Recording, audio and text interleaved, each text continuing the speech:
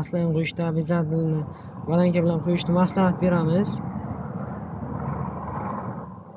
Chunki ko'p kishi bizdan norozi bo'lmasligini sababi ham shunda. Atrofiga to'kilishi mumkin. Solish jarayonida. Maslahani hammasini solganmiz yo'q, mana ichida qolgan. Shu hammasini solmasligimiz sababi, agar hammasini solsangiz, bu motor salni yurishi mumkin. Buni hozir krishkasini qavagan holda esdan chiqmasin. Mashinani bitta zavod qilib ko'rib, keyin shuni ko'ramiz. Mana mashinani zavod qiladi. Zavod qiling aka.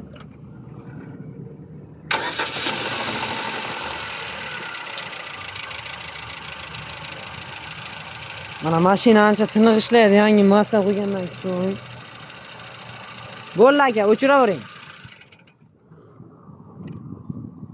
Maslani biz hozir zavod qilganimizdan maqsad, hozir mana atrofiga solgan maslamiz to'g'ri karterga borib tushadi.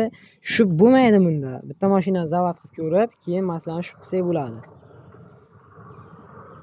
Masalan, shu buni ko'ratdik mana. Masalan, shu buni tozalab artib olgan holda bicha yaxshi tinitgandan so'ng, mana masalan shu buni ko'ramiz. Masalan, shu bu holi pastda, juda pastda. Qolgan maslani solamiz.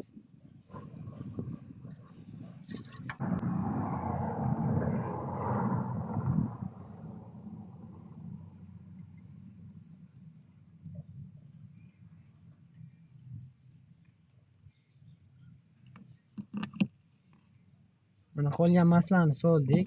Endi shu buni ko'ramiz. Biroz tinigandan so'ng maslani shu buni ko'rishda davom etamiz.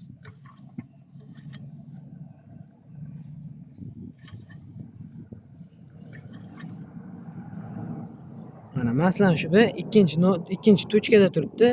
Bu normal degani. Ikkinchi o'ttadagi tochkada turishi shart. Bo'lmasa, kam ham ko'p ham bo'lmasligi kerak. Agar kam bo'lsa shu mashina qaltillab ishlashi, yettalab yonishi, qiyinroq bo'lishi, taqirlab yonishi mumkin. Agar ko'p bo'lsa salni yuraveradi.